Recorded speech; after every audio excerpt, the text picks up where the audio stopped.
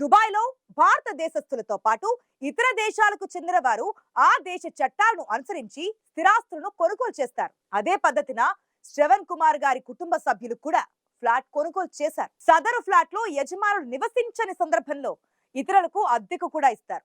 ఇలా స్థిరాస్తులను అద్దెకిచ్చే వ్యవహారాలను నిర్వహించేందుకు దుబాయ్ లో లైసెన్స్డ్ ఏజెన్సీలు కూడా ఉంటాయి. శ్రవణ్ కుమార్ గారి కుటుంబ సభ్యులు కొనుగోలు చేసిన ఫ్లాట్ ను కూడా స్థానికంగా ఉండే హాలిడే హోమ్స్ అనే ఏజెన్సీకి 2023లో నిర్వహణ కోసం అప్పగించడం జరిగింది.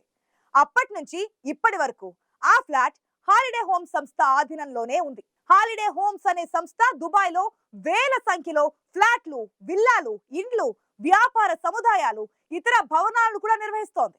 అలా లీజుకు తీసుకున్న స్థిరాస్తులను ఇతరులకు అద్దెకిచ్చుకునే వెసులుబాటు సదరు సంస్థకు కూడా ఉంటుంది. దుబాయ్ లో శ్రవణ్ కుమార్ గారి కుటుంబ సభ్యులకు సంబంధించిన ఫ్లాట్ ను కూడా లీజుకు తీసుకున్న సంస్థ ఇతరులకు అద్దెకిచ్చింది.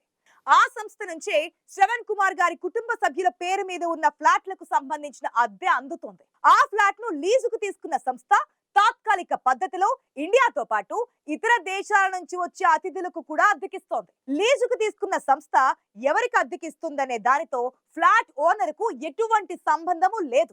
ఎవరు అద్దెకు తీసుకున్నా వారు విధిగా నిర్వహణ సంస్థకు అద్దె చెల్లించాల్సి ఉంటుంది. శ్రవణ్ కుమార్ కుటుంబ సభ్యులకు సంబంధించిన ఫ్లాట్ ను కూడా హాలిడే హోమ్స్ అనే సంస్థ గడిచిన 2 సంవత్సరాల నుంచి తాత్కాలిక పద్ధతిలో దుబాయ్ కు వచ్చే ఎంతో మంది పర్యాటకులకు అద్దెకు కూడా ఇచ్చింది. ఆ వివరాలు ఫ్లాట్ ఓనర్ కు కూడా తెలియాల్సిన అవసరం కూడా లేదు. వాస్తవం ఇదైతే ఆంధ్రజ్యోతిలో వచ్చిన వార్త సంబంధం లేని అంశాలను ప్రస్తావిస్తూ కొనసాగింది. ఆంధ్రప్రదేశ్ లో జరిగిన లిక్కర్ స్కామ్ లో నిందితులుగా పేర్కొన్న రాజ్ కస్ రెడ్డికి దుబాయ్ లోని తన ఫ్లాట్ లో శ్రవణ్ కుమార్ గారు ఆశ్రయం ఇచ్చినట్లుగా ఆ వార్తలో పేర్కొనడం పచ్చి అబద్ధం.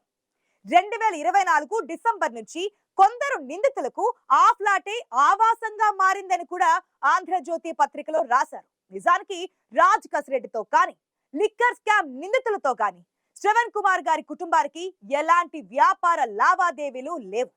2023 నుంచే దుబాయ్ లోని ఫ్లాట్ శ్రవణ్ కుమార్ గారి కుటుంబం ఆధీనంలో లేదు. అలాంటప్పుడు శ్రవణ్ కుమార్ గారు ఇతరులకు నేరుగా అద్దెకివ్వడం కుదరదు కదా.